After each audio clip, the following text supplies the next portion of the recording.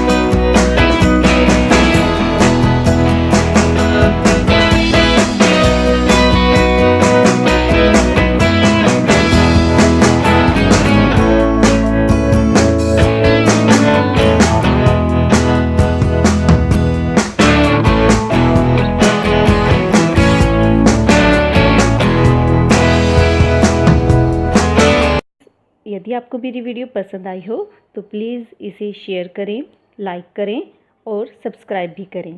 सब्सक्राइब करने के बाद आपको जो बेल आइकन दिखाई देगा उसे प्रेस करना ना भूलें। ऐसा करने से मेरी अपडेट्स आपको मिलती रहेंगी। धन्यवाद। जय हिंद, जय भारत।